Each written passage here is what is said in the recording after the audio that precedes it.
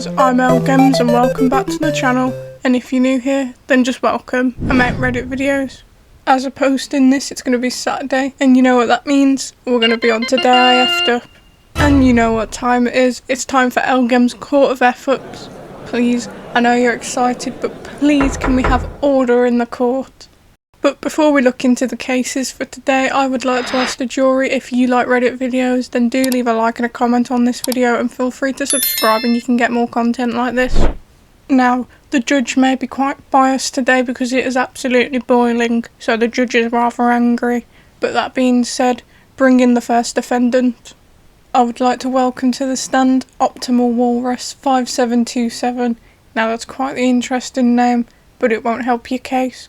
The charges: today I effed up by thinking my Uber driver was trying to kidnap me.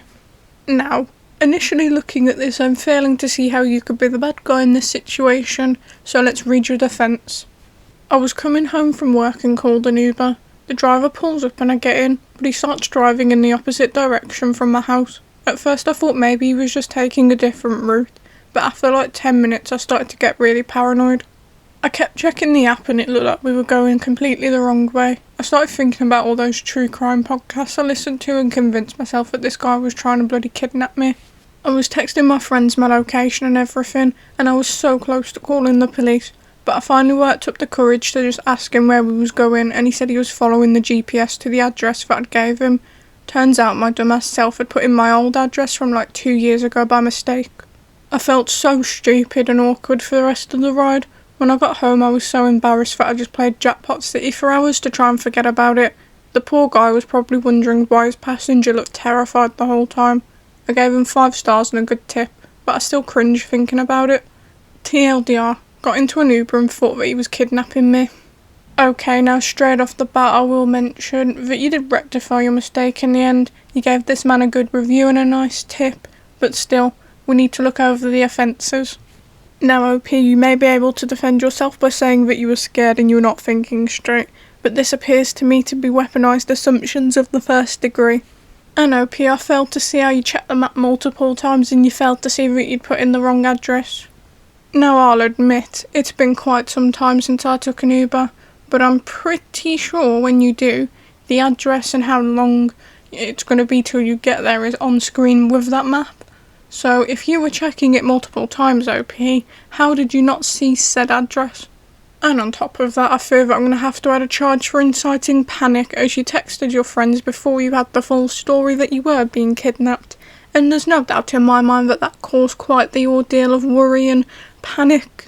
And on top of that, you nearly called the police on this poor Uber driver. The man who was none the wiser to your worry and to your panic in the back seat. The man who was just driving you to the location he'd been given. So OP, you've narrowly avoided another charge for an unlawful arrest. So OP, after sitting here and reviewing your charges, I understand your fear to some degree. I mean, after all, your brain is probably rotted by the true crime content that you consume, and since we were young we were told, never get into a car with a stranger, it's dangerous, even though that does sort of defeat the whole point of Uber. But regardless, the point is that this probably was quite scary for you. So, with this context, the fact that you didn't call the police on this man, you managed to realise your mistake before it was too late, and I'm going to give you the benefit of the doubt and assume that you quickly texted your friends and informed them that you were safe so they could cease their worrying. But you still did F up, and this is Ellgemms Court of F-Ups. So, with that being said, I'm going to give you 4 months of community service. Okay OP, you're free to leave the stand. And now I call up the next defendant, Ad Sub-Zero. The charges: today I effed up by accepting to use my photo for an art competition and then getting death threats. Can we get someone to lock the courtroom doors, please? I feel that we may be in danger. Okay, let's continue. OP's defence. I've been a long time listener and lurker, and this is my first post, and I'm sharing it as a warning so others don't mess up like I did, leaving it a little vague to protect myself as it's still ongoing. I'm a 25-year-old college student, and one day while counting pennies to survive the week on a negative bank balance, I got a message from someone claiming they wanted to use my photo for an art commission. They promised I'd get a framed copy and $500 from a 2.5k commission. Desperate for money, I agreed and gave them my email and phone number so they could pay me. They texted me at night while I was sick, so I wasn't thinking clearly and I didn't see the red flags. Later their client contacted me confirming who I was and said that they would email me a cheque. I was excited thinking, yay, $500. The first cheque that they sent was less than $500, which didn't raise any red flags. I deposited the first cheque and immediately the client started pressuring me to transfer the money back to them. I couldn't because my bank wouldn't let me, but they kept calling me, which I didn't answer as I didn't want them to hear my voice, and texting non-stop demanding that I send the money. Against my better judgment, I accepted a second cheque totalling around $600, but I still couldn't send the money back despite their constant yelling and pressure. That's when I realised something was wrong. I suspected they were using me for money laundering or cheque fraud, so I went to my bank and explained everything. The bank confirmed that the cheques were fraudulent and we contacted the issuing banks and their frauds department. They advised me to file a police report for myself and keep a record in case it falls back on me, which I did. Meanwhile, the scammers kept spamming me, demanding to know why I wasn't responding, and I reported all of this to the police and the bank.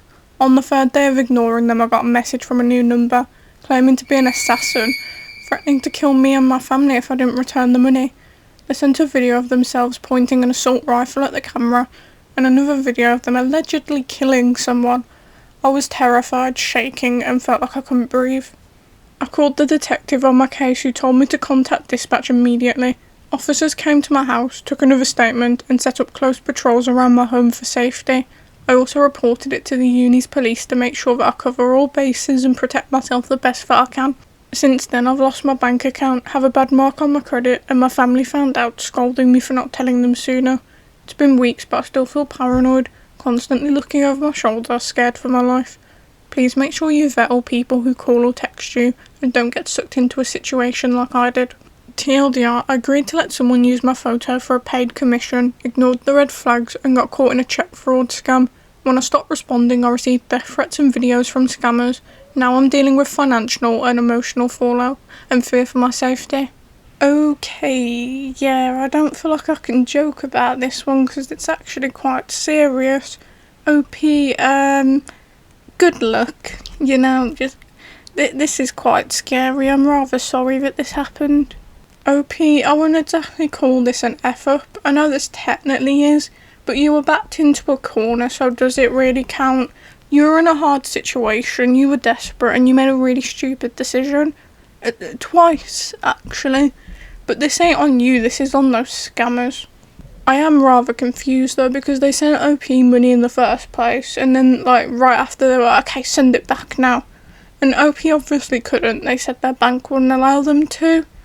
And I'm just really confused now, because if they sent him money under the pretense of him sending it back, but he didn't, why did they send him more money? If someone's watching this and you're more familiar with how this scam works, please explain it to me, because I'm proper confused just reading that. But regardless, OP, I will say, it's likely that these scammers aren't actually coming to get you. I think, realistically, criminals, if they were going to hurt you, they'd just come do it. They wouldn't waste time dilly-dallying, sending you silly videos.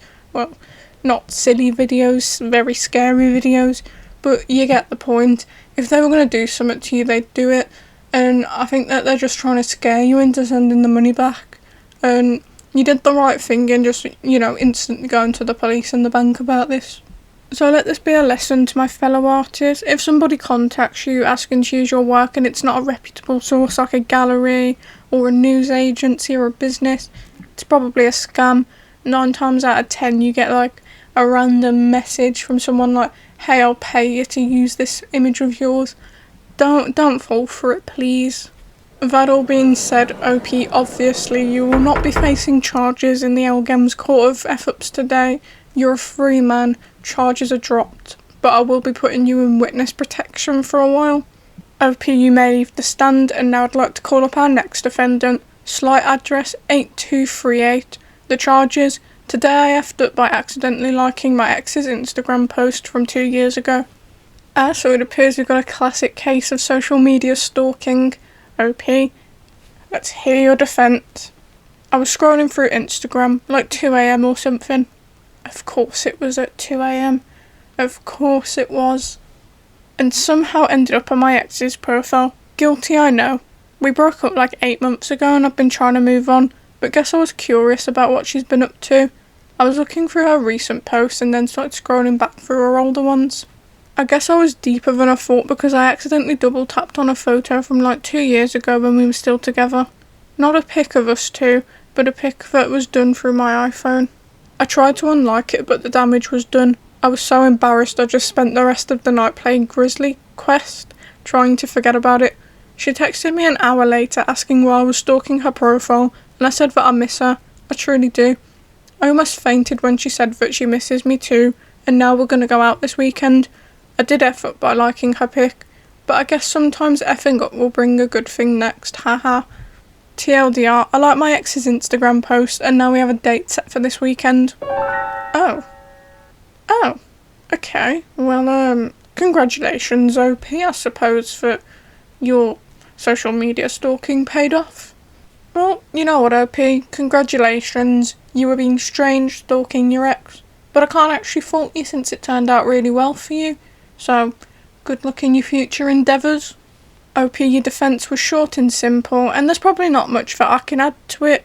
Not much really happened in this post. You were stalking your ex's Instagram, which is a case of Class A social media stalking, but there are no victims in this because your ex was actually quite happy about it, clearly.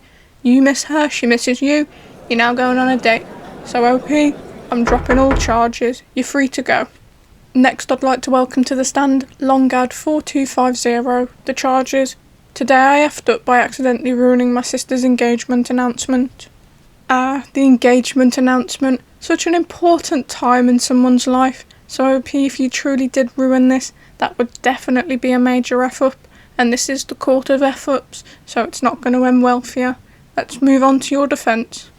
This happened yesterday and I still feel sick about it. My sister Emma, 26F, and her boyfriend Jake have been together for 3 years. We all knew a proposal was coming. At my mum's birthday dinner, Jake stood up and started a heartfelt speech. Emma looked emotional, clearly realising what was about to happen. He pulled out the ring, got down on one knee, and in that moment my dumbass yelled, "Finally!" way louder than I'd meant to. Oh, OP. Oh, that's deplorable. The entire restaurant went silent. Emma's face turned bright red. Jake fumbled with the ring and dropped it. Oh, OP, look what you've done. Total chaos. Yeah, sounds like total chaos. Emma said yes, but she was clearly upset. Later she told me that I ruined the moment and made it about myself. I was honestly just excited and thought that I was being funny, but I see how selfish and inappropriate it was. My whole family's mad at me and Emma won't return my text. I've been replaying it constantly, wishing I could take it back. I didn't mean to steal her spotlight, but I did. TLDR, I yelled during my sister's proposal and completely embarrassed her, ruining what was supposed to be the happiest moment of her life. So it appears that we've got a disturbing the peace charge and a case of outshining the shiner. This is quite bad, OP. Now granted, it wasn't your intention to steal the spotlight or outshine your sister or upset her in any way, but you still did, and I think that you were kind of tone deaf in this situation, because there's a time and a place to try and be funny, and I don't think a proposal's one of them. I could have let it go if you'd made the joke after he'd actually finished proposing, but doing it midway through is just kind of like, maybe don't do that. We should use our critical thinking skills and not scream mid-proposal. And it's the fact that you did clearly startle this poor guy. He jumped out of his skin. I mean, he literally dropped the ring, and I think it just ruined the magic of the moment for your sister, and that's why she's so upset, because instead of like her blah blah blah, I love you, la la la la la, will you marry me, it was like, oh my god, I love you so much, and he got down, you know, he was about to pop the question, and then you screamed, scared him, he dropped the ring, and he's probably scrambling around like, oh crap, and yeah, it kind of takes away the moment a bit. But OP, I do acknowledge that it wasn't your intent to cause harm and that you clearly feel really bad about this. I'm sure that in due time people will forget about this and they'll get over it. You know, they're upset right now because it's fresh, but I think give them a couple of weeks and they might find it funny.